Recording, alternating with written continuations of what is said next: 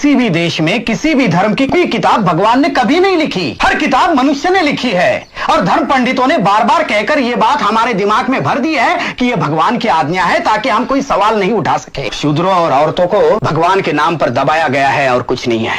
मैं आप ही से पूछता हूं कि यह कानून किसने बनाया है कि सिर्फ ब्राह्मणों को पढ़ने का अधिकार है और शूद्रों को नहीं है? उनका समाज हम पर कीचड़ी उछाल सकता है और कर ही क्या सकता है। उन्होंने मुझसे कहा था कि तुम शूद्र हो और शूद्रों को अधिकार नहीं कि ब्राह्मणों के कंधे से कंधा मिलाकर चले। हुकूमत और तालीम की वजह से उभरने वाले नए बुर्जुआई तबके में ज्यादातर ऊंची जात के हिंदू ही थे, जिन्होंने दलितों पर, जो ज्यादातर खेतीहर मजदूर थे, अपने अत्याचार जारी रखे। पुराने अंधविश्वास और कुसंस्कार, जिनकी बुराइयां सब जानते थे, जानबूझकर कायम रखे गए। दलितों, हरिजनों और पिछड़ी जातियों में ज्ञान और शिक्षा के फैलाव पर रोक थी। उन्हें गांव और नगर के समाज से परे रखकर उन पर तरह तरह के अत्याचार किए गए। ब्रिटिश राज और पश्चिमी उदार मतों और बुद्धिवादी विचारों के फैलाव ने जाति प्रथा के सामने नए सवाल पैदा कर दिए थे। इसका नतीजा ये हुआ कि सुधार का आंदोलन जोर पकड़ने लगा। इस आंदोलन की नींव डालने वालों में एक थे पूना के ज्योतिराव फुले, जिन्होंने सन 1873 में सत्य शोधक समाज की स्थापना की, जिसका लक्ष्य था मनुष्य मात्र के बड़प्पन को जात पात के बंधन से दूर रखकर प्रतिष्ठा दिलवाना। माली जाति में जन्मे ज्योतिराव फुले ने गैर ब्राह्मणों में शिक्षा के प्रसार की जरूरत महसूस की और सन 1848 में पूना में पिछड़ी जाति वालों के लिए एक पाठशाला खोल दी।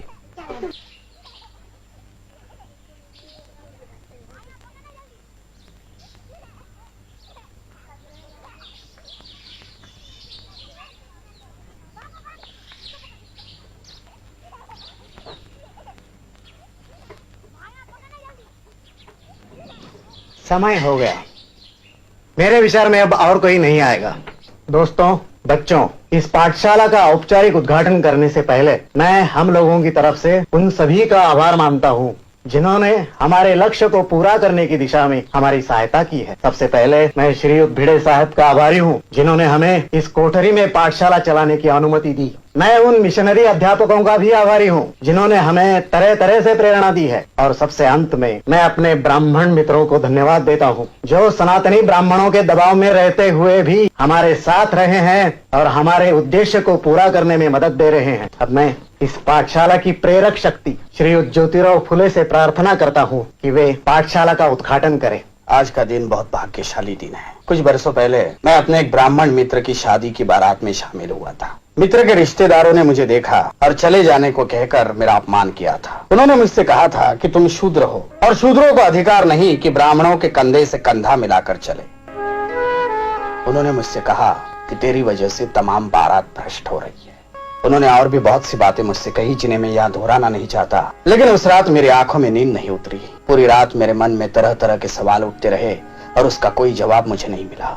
धीरे धीरे मेरे मन में ये बात आ गई कि हमें आत्मसम्मान पाने के खातिर संघर्ष करना होगा। इस संघर्ष के लिए हमें अपने पैरों पर खड़ा रहना होगा। हमें हथियार उठाना पड़ेगा, लेकिन लाठी नहीं, तलवार नहीं, तोप तमचा नहीं, बल्कि ज्ञान, विचार और सही शब्द। और ज्ञान, विचार और शब्द शिक्षा के बल पर ही मिल सकते हैं। क्या भट्ट पुरोहित हमें शिक्षा देंगे? नहीं देंगे, क्योंकि वे अपने हाथों से ऐसा हथियार हमें नहीं सौंपेंगे। इसलिए हमें खुद अपने को शिक्षित करना पड़ेगा। मेरी पत्नी सावित्री मेरी पहली शिष्या है। अब वो तुम्हें पढ़ाने में मेरी मदद करेंगे। हम इस तरह ज्ञान फैलाएंगे, क्योंकि ज्ञान ही वो दौलत है जिसे आपस में बांटना बहुत जरूरी है।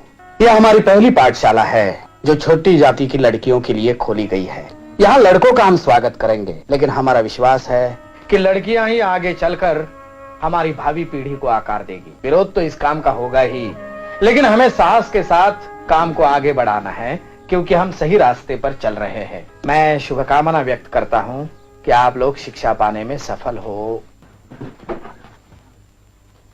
इसे रोज रोज लाना जी। हम इसे बहुत सी बातें सिखाएंगे, पढ़ना, लिखना, कुछ व्याकरण, कुछ गणित जी।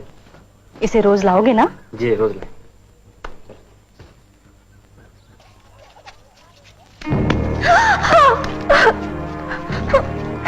धर्म भ्रष्ट करने वालों का ऐसा ही होता है। तू हिम्मत रखो सावित्री, ये तो शुरुआत है।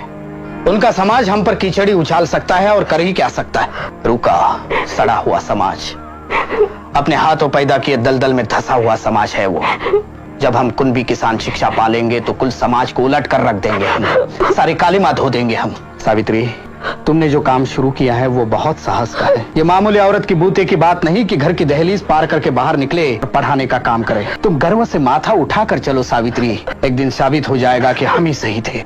क्या हुआ ज्योति? क्या हुआ बहू को?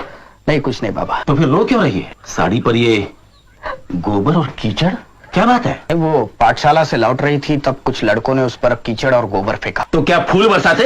ज्योति, मैंने तुम्हें 20 बार समझाया है कि धर्म कर्म का मामला है, तुम बेकार टांग मत अड़ाओ। शूद्रों को और औरतों को पढ़ने लिखने का अधिकार नहीं है, लेकिन तुम मानते ही नहीं। वो पाठशाला खोलकर तुमने पूना के हर ब्राह्मण को अपना दुश्मन बना लिया है। हर ब्राह्मण नहीं बाबा, कुछ समझदार ब्राह्मण हमारे साथ भी हैं।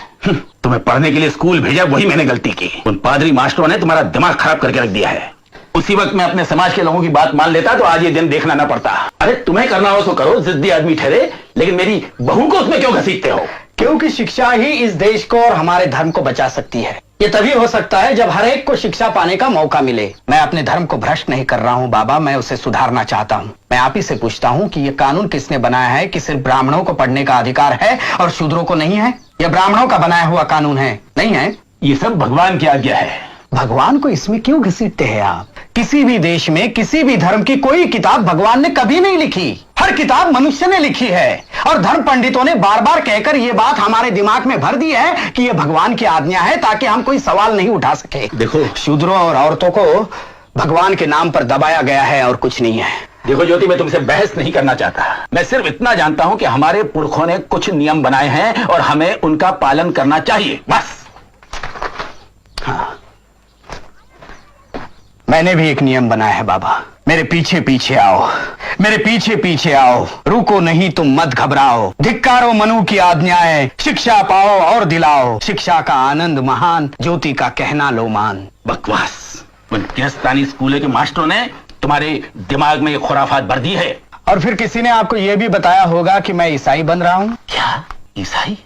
सच? धर्म बदलना समस्या का कोई हल नहीं है। हालांकि ईसाई धर्म की कई बातें मुझे सही और सच जान पड़ती है, फिर भी मैं हिंदू ही बना रहना चाहता हूँ, क्योंकि मैं हिंदुओं के विचार में सुधार लाना चाहता हूँ। देखो ज्योति, मैं एक ही बात समझता हूँ, और वो ये है कि तुम्हारी वो पाठशाला बंद होनी चाहिए और बहू का पढ़ाना भी खत्म होना चाहिए। नहीं, ये नहीं हो सकता। सब हो सकता है। देखो ज्योति, मैं तुम्हें आखिरी बार बता देता हूँ कि अगर तुमने मेरी और अन्य लोगों की आज्ञा का पालन नहीं किया तो तुम्हें और तुम्हारी पत्नी के लिए इस मकान में कोई जगह नहीं है। तुम्हें ये मकान छोड़ना पड़ेगा। जैसे आपकी मर्जी। हम हमारे विचारों में बदल नहीं कर सकते, इसलिए घर छोड़कर जा रहे हैं। सावित्री, अपना सामान भरो। मैंने तुम्हें पहले ही कहा था कि ये तो सिर्फ शुरुआत है। भरो सामान जल्दी। ज्योति, तू पागल हो गया है, निराट पागल।